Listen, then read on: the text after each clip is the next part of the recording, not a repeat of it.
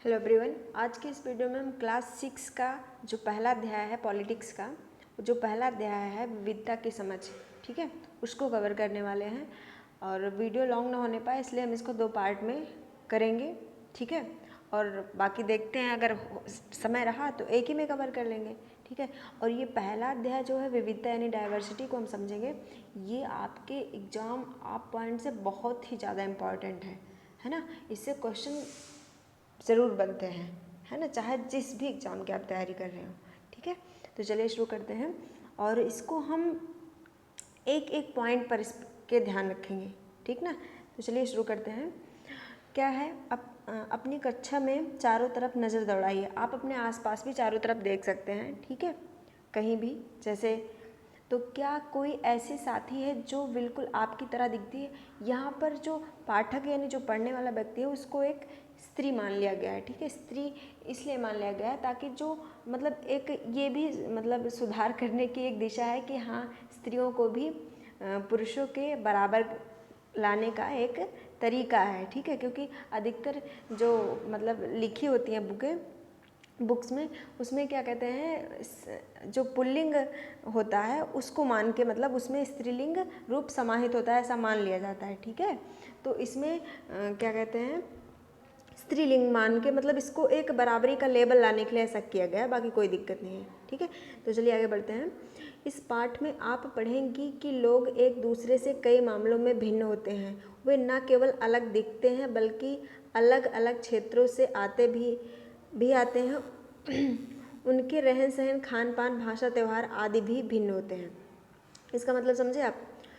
उनके रहन सहन, क्या कह रहे हैं, रहन सहन, धर्म यानी कोई हिंदू है कोई मुस्लिम है, ठीक है, रहन सहन, खान पान, भाषा, त्यौहार आदि भी भिन्न होते हैं। ये भिन्नताएं हमारे जीवन को कई तरह से रोचक और समृद्ध बनाती हैं। कहने का मतलब ये है कि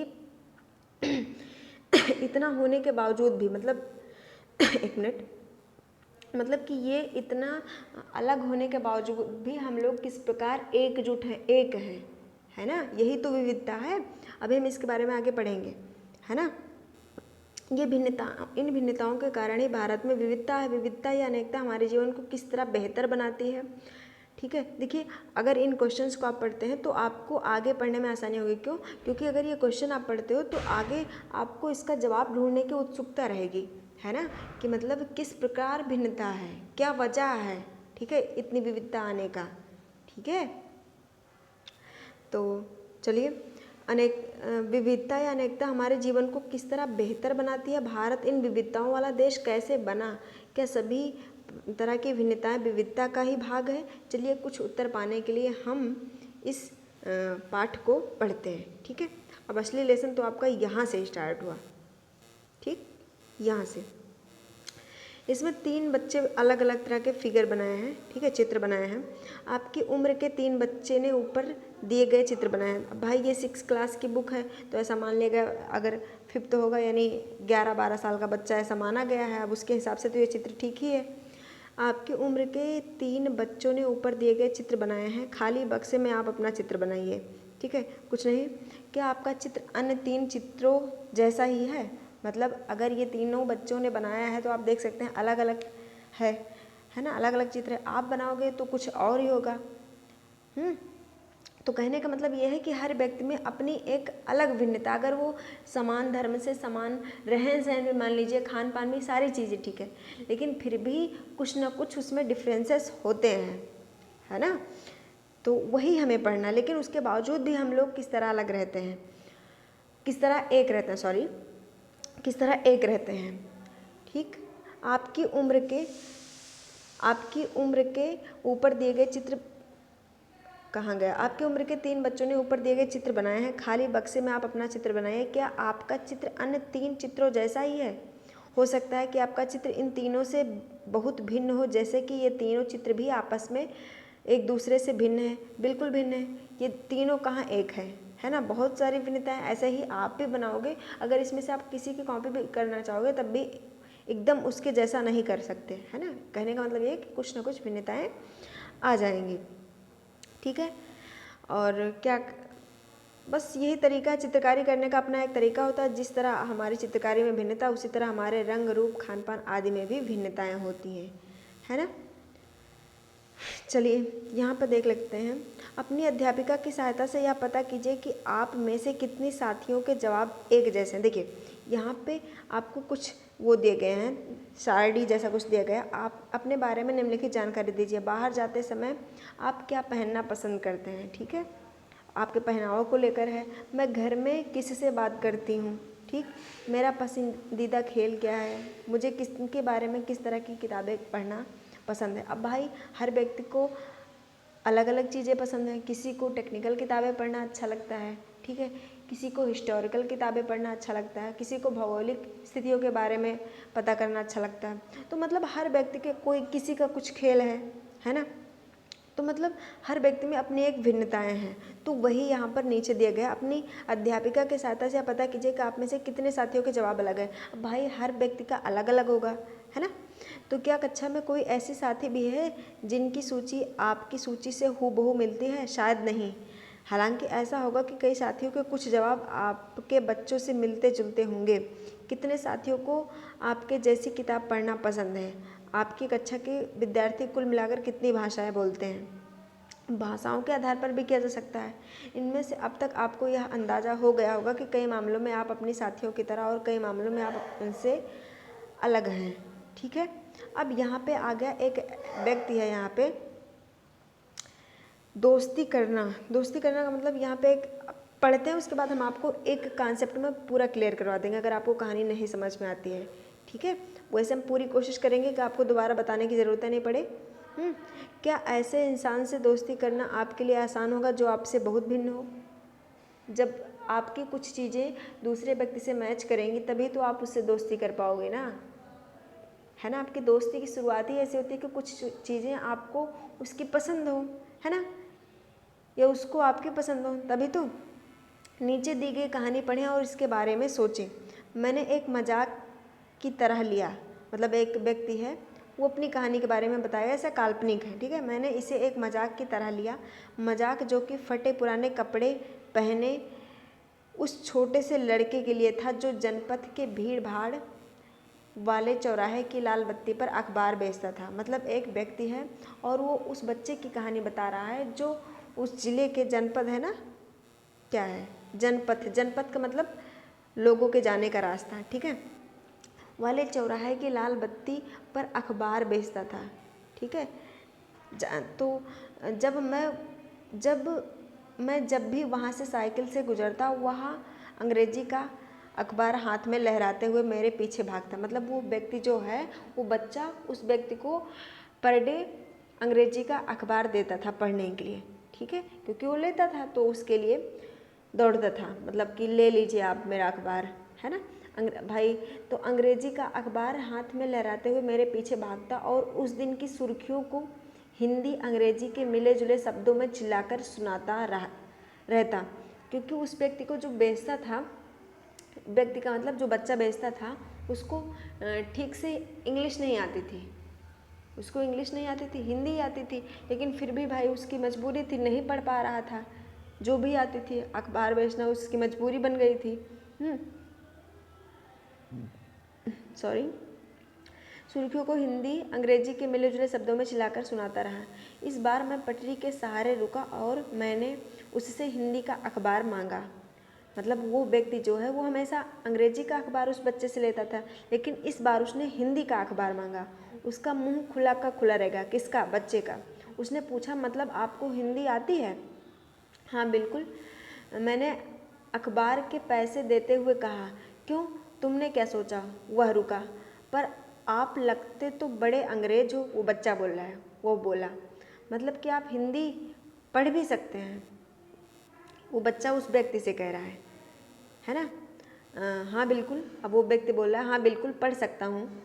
इस बार मैं थोड़ा अधीर होते हुए बोला, मैं हिंदी बोल सकता हूँ, पढ़ सकता हूँ, लिख भी सकता हूँ। मैंने स्कूल में दूसरे सब्जेक्ट के साथ हिंदी पढ़ी है। मतलब जैसे हम लोग हिंदी मीडियम के जो स्टूडेंट होंगे वो जानते होंगे, बाकी सारे सब्जेक्ट तो हिंदी में रहते ही हैं, है ना, और लेकिन उसमें एक सब्जेक्ट इंग्लिश भी पढ़ाया जाता है। ऐसे ही जो इंग्लिश मीडियम के बच्चे होते हैं उनमें सारे सब्जेक्ट इंग्लिश में रहते हैं, लेकिन एक बुक हिंदी की भी पढ़ाई जाती है ना। तो वो इंग्लिश मीडियम का मतलब व्यक्ति था, उसने एक सब्जेक्ट हिंदी भी पढ़ी थी, है ना, वो बता रहा है उस बच्चे से। तो यहाँ पे सब्जेक्ट उसने पूछा, अब तो कभी स्कूल गया नहीं, उसको मैं क्या समझाता। मतलब वो बच्चा उस व्यक्ति से पूछ रहा है कि ये सब्जेक्ट क्या होता है ना। अब जो स्कूल नहीं गया वो नहीं समझ पाएगा भाई कि सब्जेक्ट क्या होता है। वह कुछ होता है। मैंने शुरू किया ही था कि बत्ती हरी हो गई, क्योंकि वो चौराहे पे खड़े थे, वहाँ पे लाइट तो रहेगी, सिग्नल रेड हो गया था तो वो रुके थे उतने देर के लिए। अब सिग्नल ग्रीन हो गया तो वो उतने में चल दिए, है ना। वह कुछ होता, मैंने शुरू किया ही था कि बत्ती हरी हो गई और मेरे पीछे गाड़ियों के हॉर्न का शोर 100 गुना बढ़ गया। मैंने अभी अपने आप को ट्रैफिक के साथ आगे बढ़ने दिया। भाई पीछे वाले हॉर्न बजाने लगते हैं कि हाँ निकलो निकलो निकलो, क्यों। अगले दिन वह फिर से वहाँ पर था, मतलब वो बच्चा फिर से वहाँ था। अगले दिन वो व्यक्ति फिर से वहाँ पर आया और वो बच्चा वहाँ पर था। वह मुस्कुरा रहा था और मेरी तरफ हिंदी का अखबार बढ़ाते हुए उसने कहा।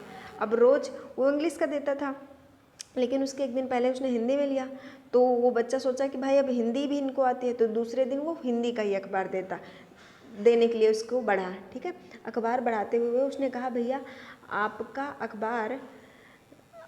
अखबार अब बताइए ये सब्जेक्ट क्या चीज़ होती है। उसको याद थी, वो पहली बात उसके दिमाग में गूंज रही थी। अंग्रेजी का यह शब्द उसकी जुबान पर अजीब लग रहा था। ऐसा लगा मानो अंग्रेजी में सब्जेक्ट शब्द का जो दूसरा अर्थ है प्रजा, उस अर्थ में वह उसका प्रयोग कर रहा था। अब जिसको इंग्लिश बिल्कुल भी नहीं आती उसके मुंह से वैसे निकलेगा, जैसे गांव में आप लोगों ने देखा सुना होगा कई बार, एक्सीडेंट को स्टूडेंट बोलते हैं। क्यों, जो गांव से होंगे वो जानते होंगे।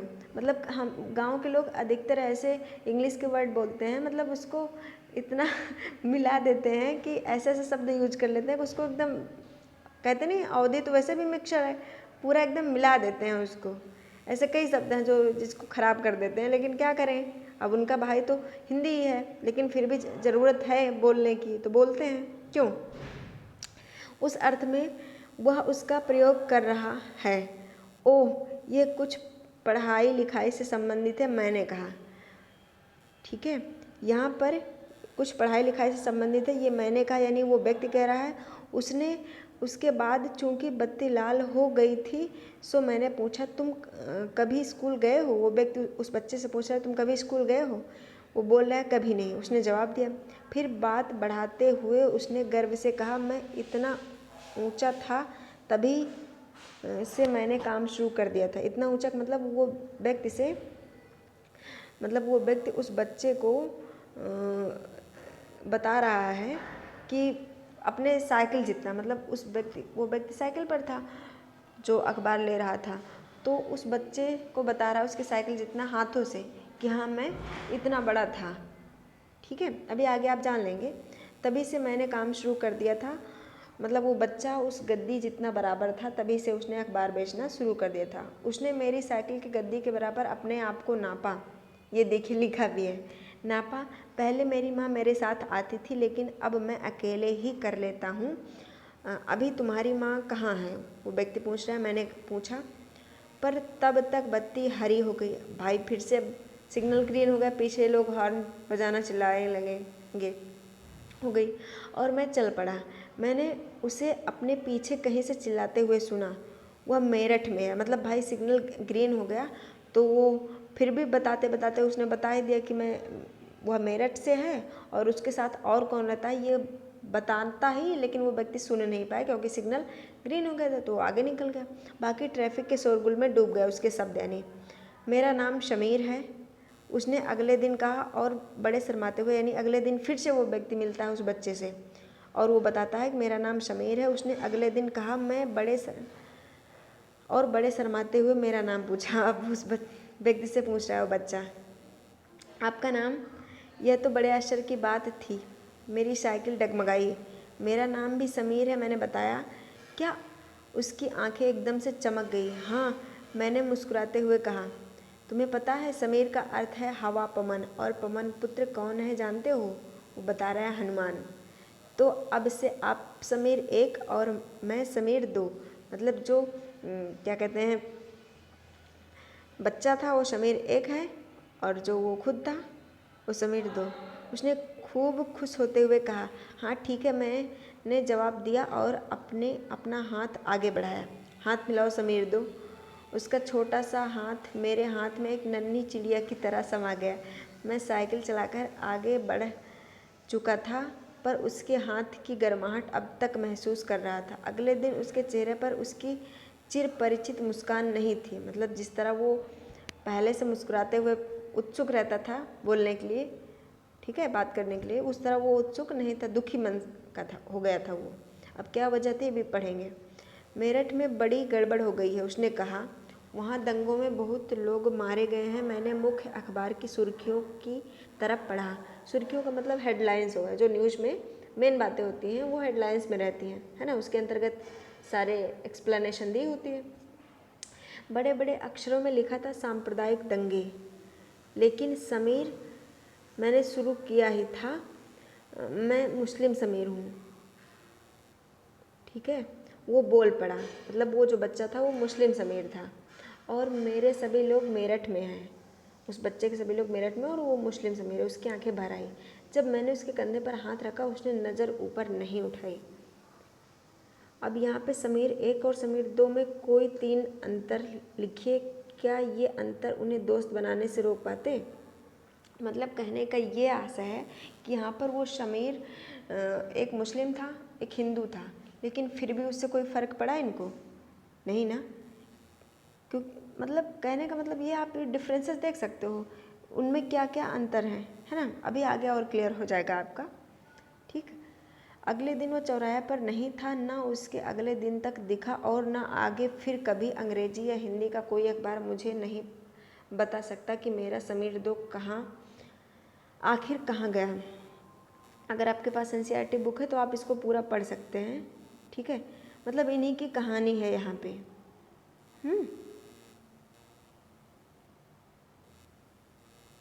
ठीक है, और बाकी वीडियो बहुत लंबा हो जा रहा है, हम अगले पार्ट में इसको कवर करेंगे, ठीक।